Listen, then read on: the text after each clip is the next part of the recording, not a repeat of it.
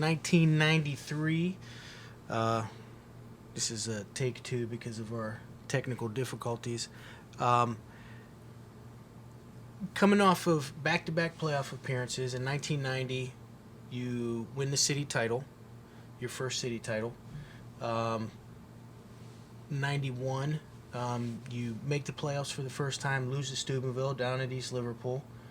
92, get the first playoff win.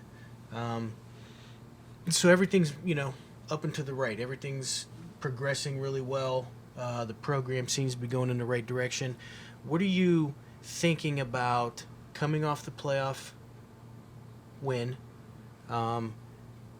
back-to-back playoff appearances, city champions? What are you kind of thinking about going into the 93, prepping for the 93 season? Well, we're thinking that good things. I mean, we're now it's a double-edged sword because first and foremost, we lost a lot of good kids. I mean, from the 92 team. You lose your quarterback, your running back, Yep. Some key linemen, wideouts. So we had to replace some guys. But the good news was a lot of our younger guys in 92 got some time because we were scoring some points and we had a good year. So we felt positive about where the program was, and we felt confident that there were guys that can fill these spots. Okay. So it's that constant evolution of, guys move on. You're developing your younger players. I think probably one of the advantages is you've had a couple of extra weeks and games to prep to get those guys some more practice, the young guys. And that's where that's always helpful. So, looking through the West Side Saga, you start to see some of the staff pictures coming together, some of the faces that were around for quite a long time. You see Bill Miller, Cipriano, Zielinski's in there, Pope, Mike Popio, Lamongi, Bellish, Mikovic. Can you talk a little bit about that staff and how you got some guys in, kept guys around, and just how that worked for you? Yeah, that was, the core was the guys that we had. I mean, we lost some guys, when Mike Dobrin moved on and your Uncle Red's capacity as far as time in the program kind of ebbed a bit. Mm-hmm. So that core of Mick and Pope and Bill Miller and Zielinski, Cipriano, that was a group that, was solid. I mean, the guys that were committed and we did a lot of time meeting, rewriting notebook, the playbook, and self-scouting and that. And, we had some part-time guys like the Bellish brothers and our younger program, the ninth grade, we had the Samrones involved and Gary Vivacqua. So, yeah, it was a good group and feeding off of each other, and we were all on the same page. That's it's kind of cliche about just having some consistency on the staff, but it's really, I know when I came in, you replaced one or two guys. and all those guys could spend a little bit of time with the new guy instead of having 4 or 5 new guys in constant rotation and things being in disarray. I mean, it was just those veteran guys, make a huge difference. And then so, you go into the season and you open up with Fitch, as always. One of the articles that stated that you lost the opening kickoff, and you lose that game 21-0. And one of the quotes was, it says, "We knew we had to come in and play relatively mistake-free. Anytime you start with a major mistake like that, it was like a shock to the system." Yeah, Fitch. We just had 2 good years against Fitch where, we surprised them and beat them, and it was a long time coming for those 2 wins. And then losing the kids that we lost, replacing them. So we were, as far as varsity experience and time against a veteran team and a veteran coaching staff like Fitch had, and the offense and defense that they ran, was a difficult task, as well as there was strike looming in the air, and that causes a lot of uncertainty, and I'm not blaming a 21-0 beating by Fitch on the strike or inexperience. I'm here to tell you that Fitch was just a good football team and well coached, and it was a tough opener. I think one of the things, as we talk about these and we go through from year to year to year, there's always it feels like there's always a looming element of strike that comes up. 87, your first year. 93, you end up having a strike. We'll get to that. 97 with Anthony was talking about. So really, in a 10-year period there's 3 different times where there's at least a short work stoppage. Yeah, and in all of those cases, you're rechanneling, you're getting out of routine. I mean, you're trying to practice on the QT and keep the kids ready, and that's really, that was very, very unfortunate to be involved in that, and you're a teacher, and you're a union guy, and this is a union town, and you're actually bucking the union by practicing, because the union was, in all 3 instances, were coming to me and saying, don't work with the kids. Yeah, right. Right. I told them, I said, hey, I have an obligation to them, and they were stressing your obligation to the union and to the membership, and it was a tough place to be in. But my mantra to them was, these kids have to be ready to play when the strike is settled, and they rely on me, and I'm and to have a staff that supported you in that. Those guys, were and a couple of them were teaching in the city at the time. Absolutely.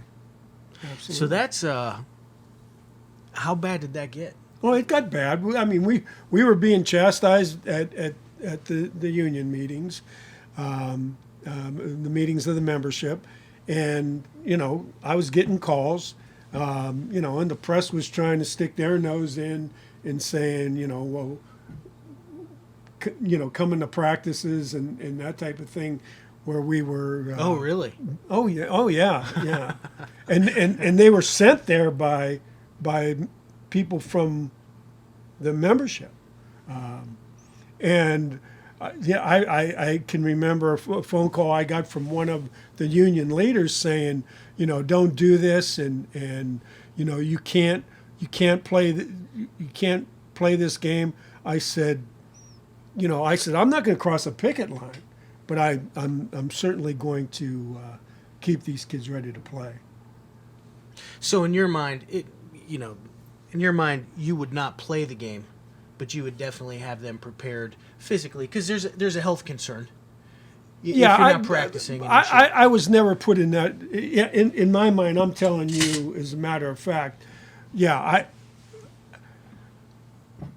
I wouldn't have played the game, but yet I can say that there would never be a situation, I think, where they'd say, okay, if you're going to coach, we'll play the game. Right. That was probably not even on the... Wasn't a factor. Yeah, okay. So I was looking at a picture that Malcolm Gardner sent, and we'll talk a little bit about him, of that season. And so that September 3rd, you guys play Fitch. So that's really late compared to when we're starting the year now. Oh, yeah. Which all has to do with the playoffs. And right. so when do you, I guess two questions. Why did it take so long to actually strike? So to negotiate or not negotiate or strike at the September 3rd, and then number two, like how did you find out that you guys were striking, and then you had to kind of come up with a different option for practicing? Well, I think that's all maneuvering. That's all yin and yang by the union and the administration that they're bargaining with. They're dangling carrots and you're saying, and you're dangling back that work stoppage. Mm-hmm. So I think it was imperative, as far as the membership was concerned, that you start the year, and invariably, and both sides could yield to the other side or deny it, but they're using the kids as leverage. I mean, that's exactly what they're doing. They're it's unfortunate, and I've said at the beginning that no one wins. I mean, how this works. I mean, they end up robbing Peter to pay Paul to give. If they're going to give, if the wage increase is the paramount issue, then they're going to hedge on health care or. Yeah. Well, and I think, you have budgets and you have, things that you always have to navigate through. But anytime the adults can't get along, that's when the kids suffer. Sure, absolutely. Right? Absolutely. Whoever's in the mix. And and we've talked about this, looking back on it, we by practicing, okay, even if the fact that we were removed and maybe sitting on top of the hill at Rock Ridge,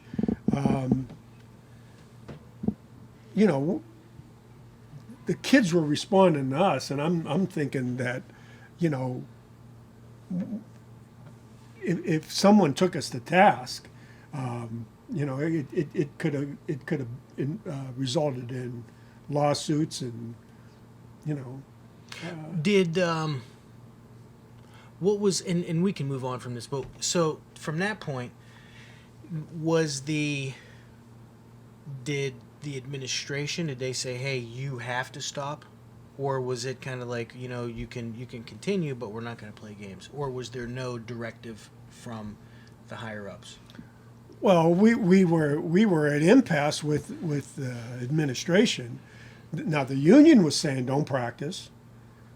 Okay, don't you dare play a game. If the administration throws out their If you're willing to coach, then we'll go ahead with the game. Yeah. The bottom line was there would be a picket line at that game. Right. Okay. Right. Right.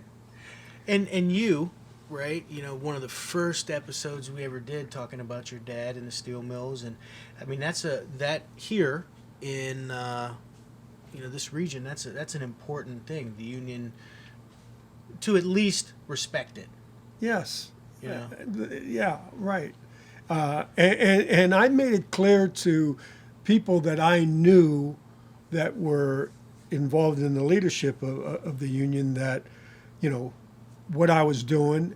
And there were some coaches, ex-coaches, and they said, you do what you think you need to do.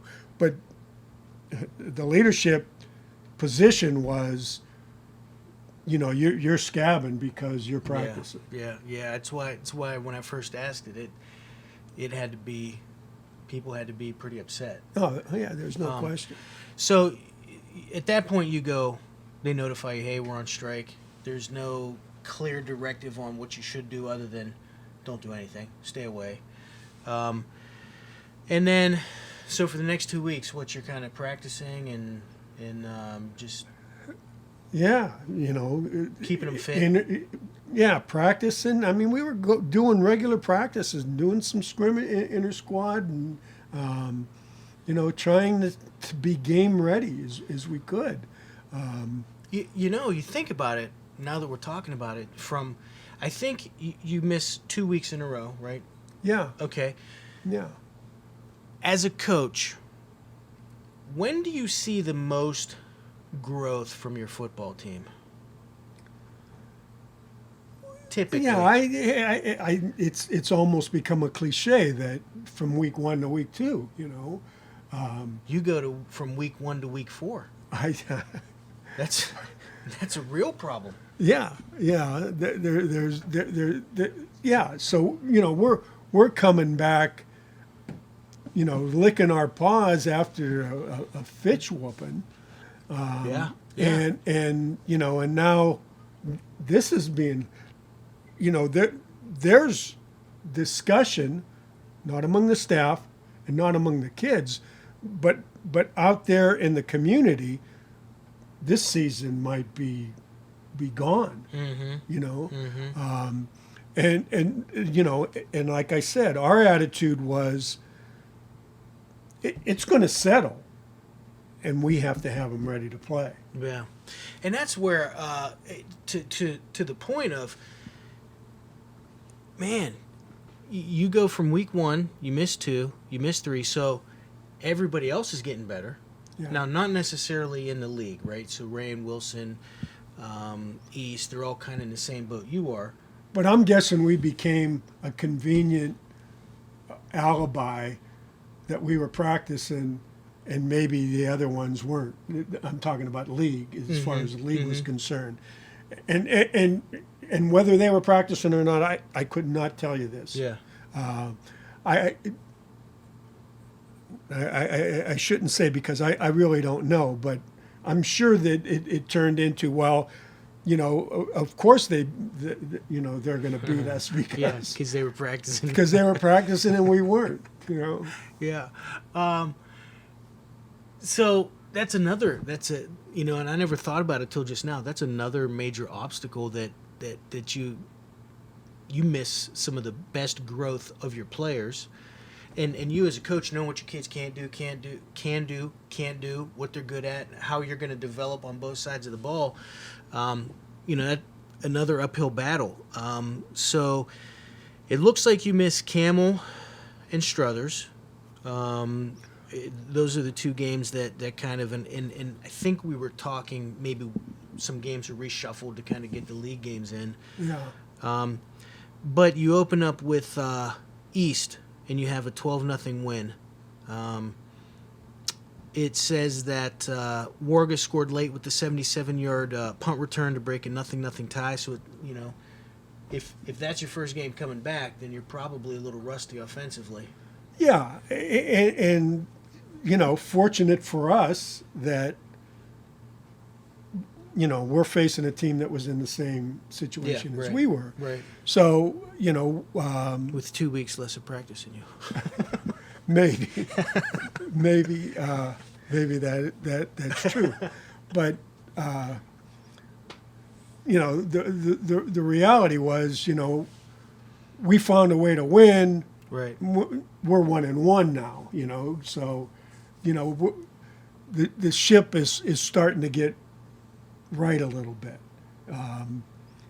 Because, even with the Fitch setback, we felt, and I really didn't explore this, going into the Fitch game, that our program was where we wanted it to be. Right. And it was just a matter of, filling in the spots, and this kind of just threw everything out of kilter. Right, and once again, special teams plays a big role in a victory, and I think we talked about it a couple times ago about Mark Heron and how you always seem to have a guy in that return game, maybe not so much on kickoff, but more so on punt, that was a game changer. Yeah. And here again, that kind of leads to it. And addressing that, your practices were largely dominated by special team work, just because of the nature of how you had to run it. Yeah, and so a lot of specialist work, and yeah, and they bought in. Yeah, absolutely. We didn't have goalposts in some places. Right. 73 yards by Gardner, 51 yards by Cook, and those are some names that, as this season goes on, we're going to hear quite a bit about. Then you go to Boardman. You lose 7-6, and one of the things noted here is that there are 5 scoring threats. You took the lead in the first quarter, and so it looks like you're threatening, knocking on the door, but just not getting in. Any thoughts or memories on that game? Seems like, once again, 7-6, right? 14-12. Yeah. And when it's not a blowout either way, it's a close game. You Right. know what I mean? Right.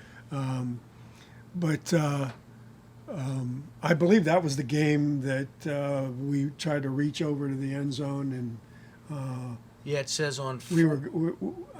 we certainly played good enough to win. Yeah. And as tough as that was, because we put a drive together, or we got the ball, and it was just a matter of pushing it in, and we reached over, and the ball got knocked out, and we end up losing. Yeah, it says on the 4 going in, on 4th and 1. Yeah. That's when that play kind of Right. takes place. So, yeah, Boardman. I mean, year after year, it's an extra point here, a field goal there. That's a tough one to get, and when you do get it, seems like you're going 9-1, 10-0. Yeah. Having a great year. Yeah. It again, how we used to always talk about, can we be 0-10? Mm-hmm. Yeah. Can we be 10-0? Yeah. All right. Well, that's where we were. We were thinking, and it's all predicated on what happens in the first 3. Right. Because things were disrupted. There really wasn't a gauge there, but you lose to Fitch handily, but if you can get Boardman, now you're right back on track. Sure. Because, Camel and Struthers, and I don't remember how good or bad they were that year, but, I'm sure it's 2 games that we thought we would be in, but yeah, like I said, we played good enough to win. We just didn't get it done. Now, were we sitting back and not sitting back, but thinking, well, if the strike wasn't there, we'd be way ahead of where we are, and we'd have won handily. So, in conversation with, doing this podcast, a number of guys have kind of reached out and talked about doing, a get-together kind of. I think the appeal of the podcast is hearing some of the behind the scenes, but also kind of reminiscing and thinking about some of the good times. And so, like, for example, Kevin Merrill reached out and said, hey, we should do something, coordinate, an event to get together. And so we talked about doing a tailgate. And so this Friday, at the Chaney Canfield game at Rand Stadium, we're going to have a tailgate. We're going to get to the stadium about 5:30 and just have an opportunity to kind of talk and catch up and mingle, I guess, more than anything. Yeah, and I'm really looking forward to it. I mean, some of those guys I haven't seen in a good long while. 2 things. One, we were talking about earlier about the De Niro Award. We lost a great Chaney alum in Gary De Niro, just recently passed, and he was a great player, Hall of Famer, went on to play at Alabama, and actually helped us for a year when his son was playing, and his son ended up playing for us and got hurt, but was a really good player for us, and but it was a sad day for Chaney that losing Gary. Gary was a great guy, and like I said, he was a phenomenal player. The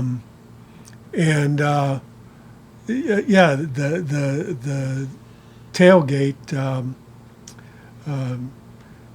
What a great game to have it at. You got 2 4-0 teams. Chaney's having an outstanding year. Canfield has an outstanding team. Chaney has an outstanding team. So, looking forward to that game and again, congratulations on a great start to Coach Antrim and the Cowboys. Okay, so what I'll do is I'll put the information in the description. I'll put a link to the RSVP, and we've been trying to get everybody to RSVP if they could, so we just get a number, because Casey Bogart, who's the AD, he's going to get us entry into the game. It'll be free entry. He'll have a spot blocked off where we can sit. So I'll get some details out on that. But I think it'll be a good night. And like you said, Canfield games have always been a really it's like the Boardman game. Yeah. What. I remember some great games, coaching in some great games against those guys. Absolutely. And Pavlansky. He's still there, and he's doing a phenomenal job. The kid under center is really, really exciting. I mean, he's a good player. What impressed me about Pav was I remember, back in the 90s here, early 2000s, he's running, I formation, counter tray, belly. Now he's 5 wide, running jet, some belly out of that, quarterback belly. But, I mean, the evolution of guys who have been in the game a long time and evolved with it. Just like the Bond kid when we lost to them at Fitch in the mud in '96. in the first round of the playoffs, they got the tough. They got a tough back to complement their quarterback, and ironically, he's one of the. I think it's Chris Inglis's son, who our first win at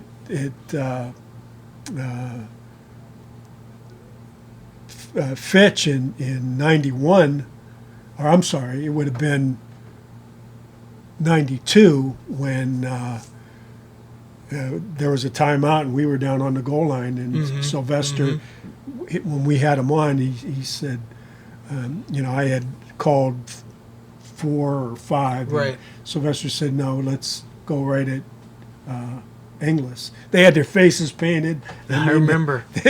It was insane, but yeah, we That would have been around the time of that movie, The Program. You remember? You probably didn't watch The Program, but that was when those guys were painting their faces and had their war paint on. That was a big thing. Yeah. Yeah.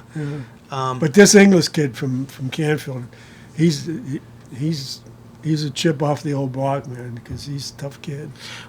Last year was Samron, or maybe 2 years ago. Samron. You remember Samron was there? It's Chris's Oh son. yeah. You know, now you got English. You got a lot of these these names from the past that are coming up and having guys emulate from there.